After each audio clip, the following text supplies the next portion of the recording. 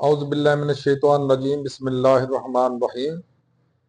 अल्लाह जल्ल शानहू दे नाम दे नाल अल्हम्दुलिल्लाहि रब्बिल आलमीन वल आक़िबतुल मुत्तकीन अस्सलातु वस्सलामु अला रसूलिहिल करीम। दोस्तों अस्सलामु अलैकुम। डॉक्टर नसीर कालो हाज़र CNP न्यूज़ ते। दोस्तों तुसां भी सारे ने सुनिया होएगा, देखा भी होएगा। मैं खैर टीवी ते देखदा नहीं गा।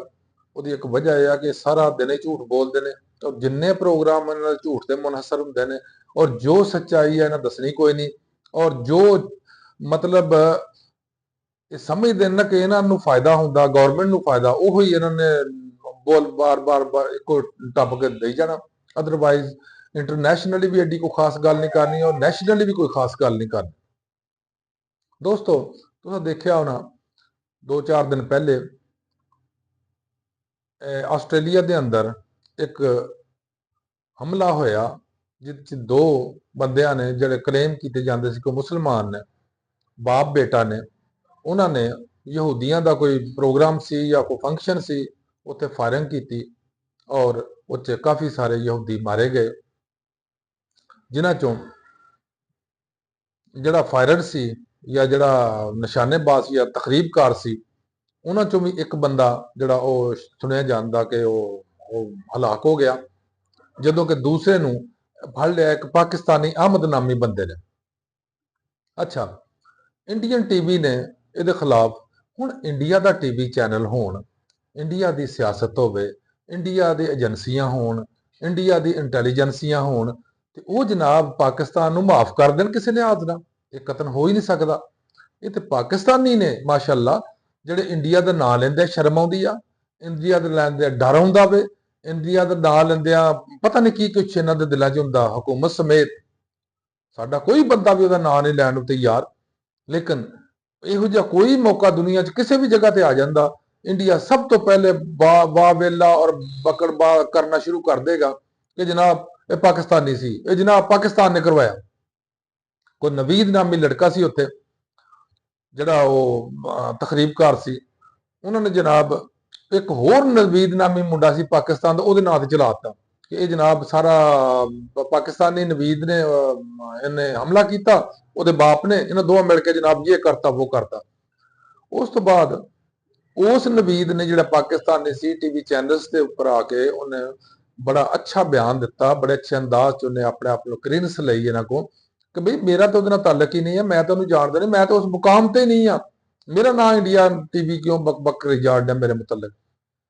ਅੱਛਾ, ਫਿਰ ਜਿਸ ਵੇਲੇ ਆਸਟ੍ਰੇਲੀਆ ਦੀ ਜਿਹੜੀ ਆਪਣੇ ਏਜੰਸੀਆਂ ਸੀ ਉਹਨਾਂ ਨੇ ਵੀ ਉਹਦੇ ਉੱਤੇ ਕਤਲ ਇਹ ਨਹੀਂ ਕਿਹਾ ਪਾਕਿਸਤਾਨੀ ਸੀ ਕੋਈ ਵਿੱਚ, ਲੇਕਿਨ ਇੰਡੀਆ ਨੇ ਜਿਹੜੀ ਬਕ ਕੀਤੀ ਸੀ ਉਹਦੇ ਉੱਤੇ ਦੁਨੀਆ ਨੇ ਵੀ ਬਾਅਦ ਚ ਕੁਝ ਚੈਨਲਸ ਹੁੰਦੇ ਨੇ ਹਰ ਜਗ੍ਹਾ ਜਿਨ੍ਹਾਂ ਨੇ ਉਹਨੂੰ ਫਾਲੋ ਕਰਨਾ ਸ਼ੁਰੂ ਕਰਤਾ ਤੇ ਉੱਤੇ ਨਾਮ ਲੈਣਾ ਸ਼ੁਰੂ ਕਰਤਾ ਕਿ ਪਾਕਿਸਤਾਨ ਦੇ, ਸ਼ਾਇਦ ਪਾਕਿਸਤਾਨੀ ਨੇ, ਲੇਕਿਨ ਸ਼ਨੀਦ ਇਹ ਆ ਕਿ ਬਾਅਦ ਚੋਂ ਇੰਡੀਆ ਨਹੀਂ ਨਿਕਲਿਆ। ਔਰ ਇਹ ਸਾਡੇ ਵਾਸਤੇ ਬਹੁਤ ਅੱਛਾ ਸਬਕ ਆ ਕਿ ਖਸੂਸਨ ਇਸ ਗੌਰਮੈਂਟ ਵਾਸਤੇ ਜਿਹੜੀ ਸਾਡੇ ਤੇ ਮੁਸੱਲਤ ਹੋਈ ਆ ਔਰ ਸਾਡੇ ਟੀਵੀ ਚੈਨਲਸ ਜਿਹੜੇ ਨੇ ਇਹਨਾਂ ਵਾਸਤੇ ਕਿ ਅਗਰ ਇੰਡੀਆ ਕੈਨੇਡਾ ਦੇ ਅੰਦਰ ਜਾ ਕੇ ਆਪਣੇ ਸਿੱਖਾਂ ਨੂੰ ਮਰਵਾ ਸਕਦਾ, ਉਹ ਫਲਸਤੀਨ 'ਚ ਜਾ ਕੇ ਮੁਸਲਮਾਨਾਂ ਨੂੰ ਕਤਲ ਕਰਵਾ ਸਕਦਾ, ਸ਼ਹੀਦ ਕਰਵਾ ਸਕਦਾ ਯਹੂਦੀਆਂ को। ਔਰ ਉਸ ਤੋਂ ਬਾਅਦ ਅਫਗਾਨਿਸਤਾਨ ਦੇ ਅੰਦਰ ਇੰਡੀਆ ਨੇ ਕੀ ਕੁਛ ਨਹੀਂ ਕੀਤਾ ਤਾਲਿਬਾਨ ਦੇ ਨਾਲ। ਔਰ ਇੰਡੀਆ ਦੁਨੀਆ ਦੇ ਹਰ ਮੁਲਕ ਦੇ ਅੰਦਰ, ਤੁਸੀਂ ਦੇਖੋ ਯੂਕੇ ਦੇ ਅੰਦਰ ਵੀ ਇਹਨੇ ਸ਼ਰਾਰਤਾਂ ਇਸ ਤਰ੍ਹਾਂ ਦੀ ਕੀਤੀਆਂ, ਹਰ ਜਗ੍ਹਾ ਇੰਡੀਆ ਸ਼ਰਾਰਤਾਂ ਕਰਦਾ, ਤਖਰੀਬਕਾਰੀਆਂ ਕਰਦਾ, ਸਿਰਫ ਇਸ ਵਾਸਤੇ ਕਿ ਉਹਦਾ ਨਾਮ ਪਾਕਿਸਤਾਨ ਦਾ ਲਗਾਇਆ ਜਾਏ। ਲੇਕਿਨ ਸਾਡੀ ਹਕੂਮਤ ਔਰ ਸਾਡੇ ਮੁਕਤਦੀਰ ਜਿਹੜੇ ਨੇ, ਮੈਨੂੰ ਨਹੀਂ ਸਮਝ ਆਉਂਦੀ ਕਿ ਇਹ ਇੰਡੀਆ ਤੋਂ ਕਿਉਂ ਡਰਦੇ ਨੇ। ਇਹ ਇੰਡੀਆ ਦਾ ਨਾਂ ਲੈਂਦੇ ਆ, ਇਹ ਮੋਦੀ ਦਾ ਨਾਂ ਲੈਂਦੇ ਆ, ਇਹ ਰਾਹ ਦਾ ਨਾਂ ਲੈਂਦੇ ਆ, ਉਹਨਾਂ ਦੇ ਜਿਹੜਾ ਇੰਟੈਲੀਜੈਂਸੀਆ ਵਾ ਉਹਨਾਂ ਦਾ ਨਾਮ ਲੈਂਦੇ ਆ, ਕਿਉਂ ਡਰਦੇ ਨੇ ਮੇਰੀ ਅੱਜ ਤੱਕ ਸਮਝ ਨਹੀਂ ਆਈ। ਅਗਰ ਨਵਾਜ਼ ਸਾਹਿਬ ਤੁਹਾਨੂੰ ਪਤਾ ਲੱਗੇ ਜਾਂ तमाम ਦੋਸਤਾਂ ਅੱਗੇ ਮੇਰੀ ਰਿਕੁਐਸਟ ਆ, ਅਗਰ ਕੋਈ ਸਮਝ ਆਉਂਦੀ ਹੈ ਤੇ ਸ਼ਾਇਦ ਮੈਨੂੰ ਦੱਸ ਦਿਓ ਵੀ ਇਹਨਾਂ ਦੇ ਵਿੱਚ ਕੀ ਐਸੀ ਕਮੀ ਆ ਜਿਹੜਾ ਉਹ ਇੰਡੀਆ ਤੋਂ ਡਰਦੇ ਨੇ। ਲੇਕਿਨ ਇੰਡੀਆ ਸਾਡਾ ਐਡਾ ਪੱਕਾ ਦੁਸ਼ਮਣ ਔਰ ਐਡਾ ਮੁਖਲਿਸ ਦੁਸ਼ਮਣ ਆ। ਤੁਸੀਂ ਦੁਸ਼ਮਣ ਤੋਂ ਉਹਨੂੰ ਕਹਿੰਦੇ ਨੇ ਨਾ ਕਿ ਜਿਹੜਾ ਮੌਕਾ ਹੱਥ ਨੇ ਜਾਣਦੇ, ਔਰ ਐਡਾ ਪਾਕਿਸਤਾਨ ਦਾ ਮੁਖਲਿਸ ਦੁਸ਼ਮਣ ਆ ਕਿ ਉਹ ਕਦੇ ਵੀ ਕੋਈ ਮੌਕਾ ਹੱਥ ਚੋਂ ਨਹੀਂ ਜਾਣ ਦਿੰਦਾ ਕਿ ਉਹ ਜਨਾਬ ਉਸ ਤੋਂ ਫਾਇਦਾ ਉਠਾਉਣ ਦੀ ਕੋਸ਼ਿਸ਼ ਕਰਦਾ। ਪਾਕਿਸਤਾਨ ਪਾਕਿਸਤਾਨੀਆਂ ਨੂੰ, ਪਾਕਿਸਤਾਨ ਦੀ ਇੰਟੈਲੀਜੈਂਸ ਏਜੰਸੀਆਂ ਨੂੰ ਜਿਸ ਹੱਦ ਤੱਕ ਬਦਨਾਮ ਕਰ ਸਕਦਾ ਉਸ ਹੱਦ ਤੱਕ ਕਰਦਾ।